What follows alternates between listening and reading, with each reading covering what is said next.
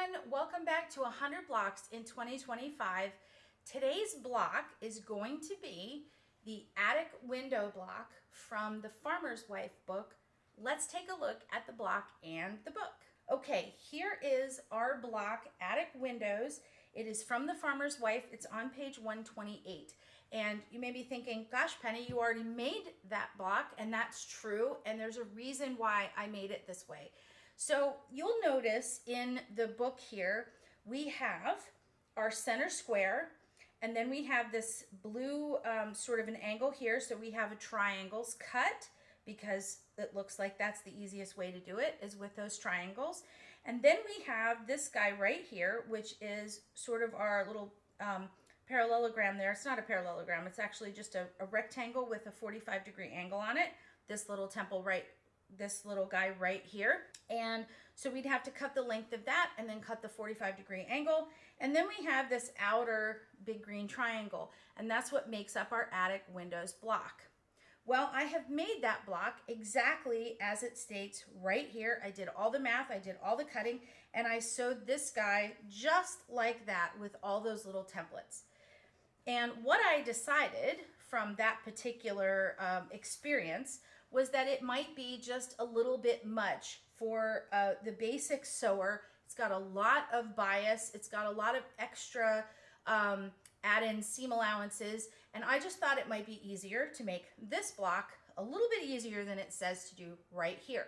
So I'm going to break it down for you using the fabrics that I have cut here. And you'll notice they're all squares, no 45-degree angles. So let's start with our center square. And what I've chosen to do is cut my center square out of this lighter fabric right here with the little dots. So that's this little guy right here. And then I want to take a look at how this block is done. All right, I've cut some little strips of paper here so I can sort of show you exactly how, so when we're talking about these little triangles right here, let's take some strips of paper, and I just want to cover up the rest of the block. And I want you to notice what we see here.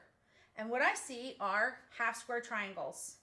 So I see that if I had a square made out of this outside fabric here, which they have as green, and then the inside fabric, which they have as blue, if I took a square of this and a square of that and put it together and made a half square triangle, I would have these two to go on the outside. So that is exactly what I've done. I've taken our next print, which is this lighter pink here, and I have cut a darker pink for the outside of the block. I'm going to lay my little fabrics out here a little bit so you can see what I've got going on. So what I've decided to do is I'm going to make my center block out of this, and then I'm going slightly lighter for the blue, and then I'm going slightly darker for the red part, which would be this right here, and then really dark for the outside. So I have blended my fabrics here in light, medium dark, and dark so that you can see exactly what I'm doing. So I have, for the center square here, a 2.5-inch square. And then I'm going to make half square triangles. So I'm going to cut a 3-inch square of my next fabric, which is going to be my blue, and I'm going to put that with my darker fabric. And when I sew this together to make my half square triangles, I'm going to wind up with 2, which are going to go to either side of this center square, right? Okay, great. Now let's look at the block this way. So to make this part right here, I have to have 2 things. I have to have a corner square and half square triangle, right? And I'm going to need 2 of those half square triangles again because I can see it in this direction. And we're going to assemble this as a 9 patch. So to make this triangle right here, I need my red fabric, which I have said is here. This fabric right here in my next block is this color. And I'm going to need this corner color right here. And so I need a 3-inch square of this and a 3-inch square of this to put together so that I can make my half square triangles that are going to go here and here. Now that leaves us with the edges. So if I were to say, take my little corner right here, well, I need a corner square of what would be this fabric, and I have one of those for one of the corners in the top, and 1 1/4 in the bottom, okay? And then, of course, my little triangles here are gonna go in the top of the bottom here. And then I'm going to need, for the outside, if you'll see what I have in the other corner, I need a solid of this corner. And that's what I have here, 2.5-inch squares here. So any place that is a solid color, so in this block would be in this corner, this corner, this corner, and this corner, I need 2.5-inch squares. So I'm gonna have a 2.5 of my center, a 2.5 of my dark, I need 2 of those, and I need 2 corners, 2.5 inches of that medium to dark. And then I need 3-inch squares of anything that I need to make half square triangles. And again, we're doing a half square triangle through the center, so we need 2 of those. So I have my light print and my dark print.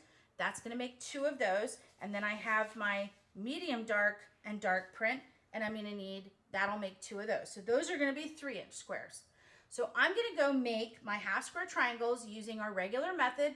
We're gonna draw a line through the center, sew 1/4 of an inch on either side, and then we're gonna trim them with our Clearly Perfect slotted trimmer, and I'm gonna come back and show you how this block goes together. All right, so we have finished our half square triangles, so I'm gonna lay them out. I'm gonna move these so we can see, and I'm gonna lay them out as I plan to.